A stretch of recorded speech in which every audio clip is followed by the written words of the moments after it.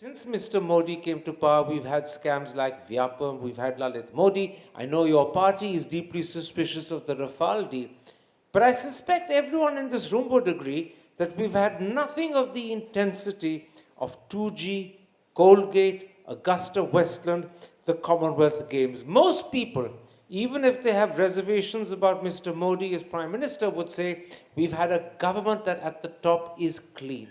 By the time your government left, most people were convinced it was riddled with corruption. At least on this point, Mr. Modi has been cleaner than you were. It's been, unfortunately, a battle of perceptions, because we, fortunately, and I believe as a Democrat that it was fortunately, do not believe in and did not attempt to intimidate the press. We just don't do that.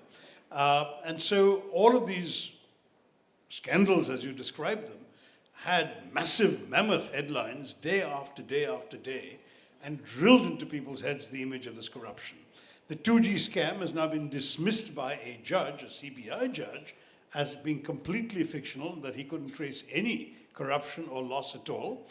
The Congress party averred at that time and since that giving spectrum at what seemed to be ridiculously low prices was in pursuit of a policy of actually allowing the Indian telephone subscriber cheaper mobile calls, whereas had spectrum been sold at the price the CAG notionally thought it could have been sold at, then of course people would have had to pay for that in higher phone bills. So there was a policy choice, not a corrupt decision. At the end of the day, in any case, as we all know, when the BJP have rode to power on that, they were not able to sell the spectrum for very much more.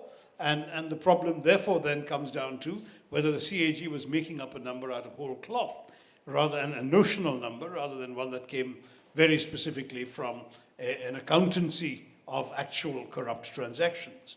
You mentioned the Commonwealth Games. As you know, not one person seems to have been convicted so far on that. There was only a report written by a person appointed by the Congress government to investigate its own Commonwealth Games Organizing Committee.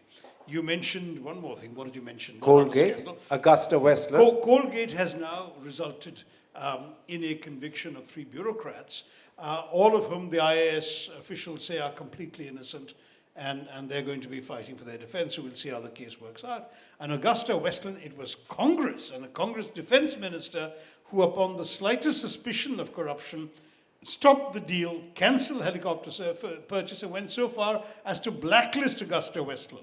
So Congress was as clean as a whistle. Congress was as clean as a whistle. And particularly on that deal, it was totally clean as a whistle. So you shouldn't have been voted out? Not on those grounds. I mean, there was a perfect storm. So everyone in this room that concluded that the Manmohan Singh government was corrupt was wrong? I think certainly the evidence does not suggest that they were right. So by definition, they must be wrong.